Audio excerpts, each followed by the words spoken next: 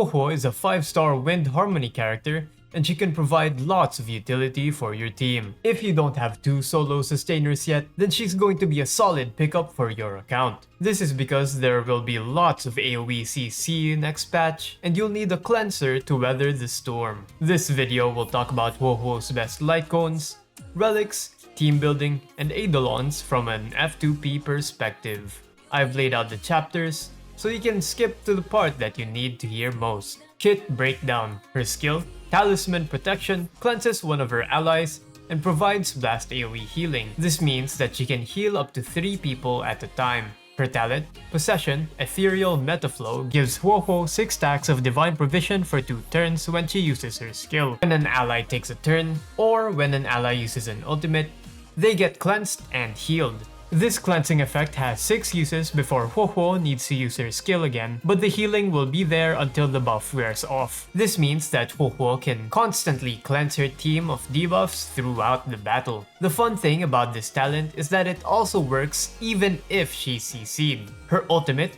Tail Spiritual Domination, has a hefty cost of 140, but it's justified. Using it will regenerate 20% of all allies' energy and increase their attack by 40% for 2 turns. HuoHuo is excluded from the energy regen, but it's still a big deal for the rest of her team. Keep in mind that 20% of their energy means that units with a higher ult cost will gain more energy from this ability. Notably, her ultimate does not have an AoE heal like most Abundance characters. This means that you can't hold your ultimate in case of emergencies, though I doubt you'd want to hold HuoHuo's ult due to it being such a big buff for your team. For an Abundance unit, her HP and def are a little higher than Bailu's, which is good. Her base speed is quite low at 98, which means she's going to benefit a little less from speed buffs, but she does make up for it by having 5 speed and some effect resist on her traces. Noticeably, she boasts a 601 base attack, which is bigger than Arlan's. I find this odd though, as none of her abilities scale with attack. She also has a 35% CC resistance through one of her traces, which is half of Lotcha's 70% CC resistance. I find this odd, but they probably did this because she has so many cleanses already. For the trace priority, you should level up her skill to 6 or 7, then ultimate to 10, and upgrade her talent last. Rotation. It is recommended that you have an energy or regen rope on HuoHuo, since she's going to overheal if you take an HP rope. To maximize her talent's uptime, you're going to use her skill,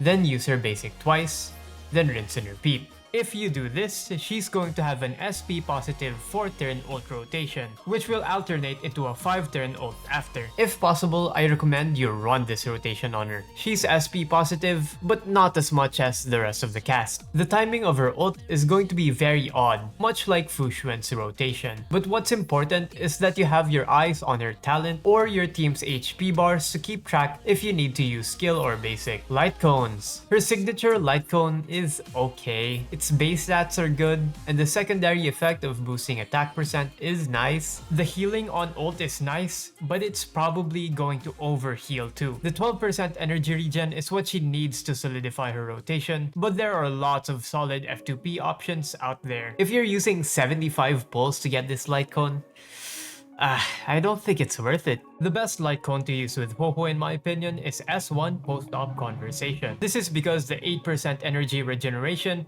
is exactly what HuoHuo needs, so she doesn't get a 5-turn rotation after the first one. Other than that, QPQ is good if you're F2P and want your other units to have an external energy source. If you don't want to spend your memories on that though, quite literally, any 4-star light cone will suffice. The difference between the healing among them is minuscule. Yes, that's right. Even the 3-star multiplication will do. For her relic sets, you can run quite a lot of sets. You can run 4-piece Passerby of Wandering Cloud for better healing and a free SP at the start of the battle. 4-piece Hacker Space is also good if you want your team to be faster after she uses her ultimate. You can also run 2-piece of any set that has defensive stats if you want. At the end of the day, use the relics that roll the highest. For her planar set, I recommend you use the Vonwak or the Penacony set so that you have that extra source of energy regen to squeeze in the 4-turn ult. If you don't want to farm those worlds though, you can just slap a Broken Keel or a Fleet of the Eidolons ridiculous on her, since she already has a chunky amount of CC and effectress from her traces. If you're liking this video so far, please consider subscribing. It's free, and you can always change your mind later. HuoHuo has an HP healer loadout, healing percent or HP percent on her chest, speed on her boots, HP on her sphere, and an energy regen rope. Healing percent is better if you're aiming for bigger heals, but HP percent allows HuoHuo to be tankier. I prefer getting healing percent because you can still achieve HP percent substats on that relic this way. For substats, you want to be able to get as much HP and speed as possible. You can pick up some def and effect resist substats to make her tankier on the side. I personally would aim for a 147 or more speed for HuoHuo,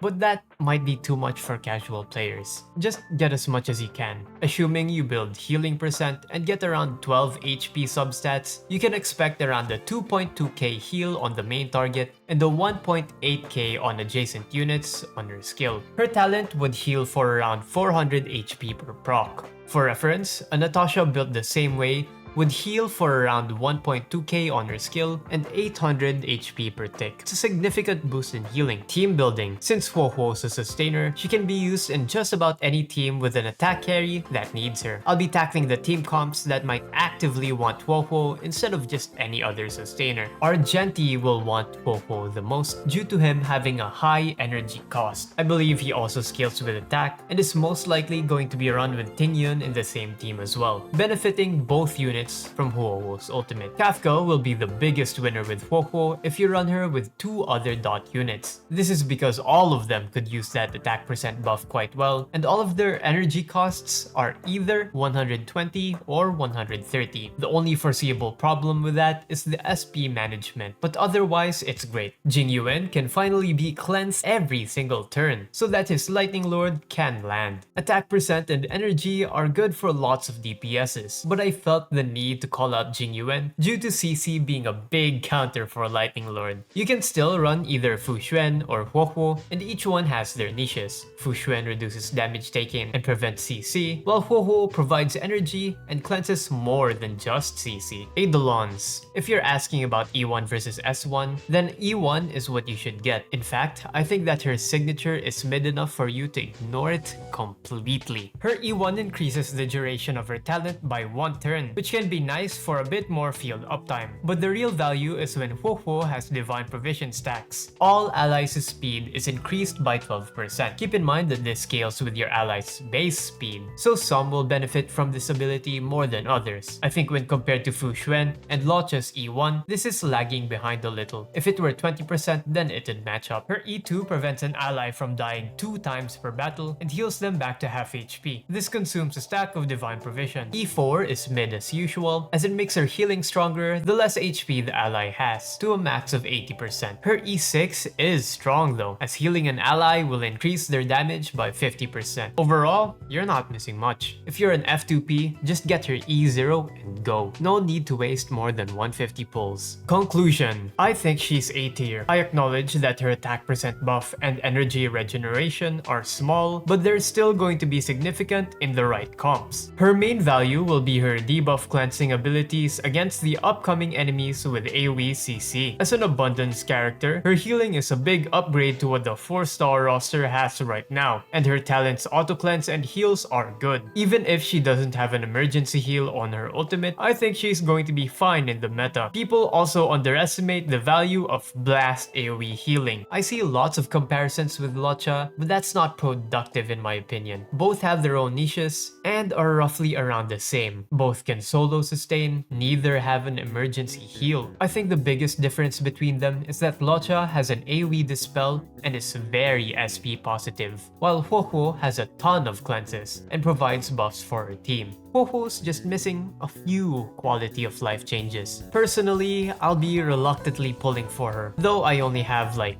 50 pulls with no guarantee. Considering my luck, I probably won't get her. I'll be streaming my pulls on this channel, so look out for that. That's it for me. My name is Kyte, and thanks for watching. See ya.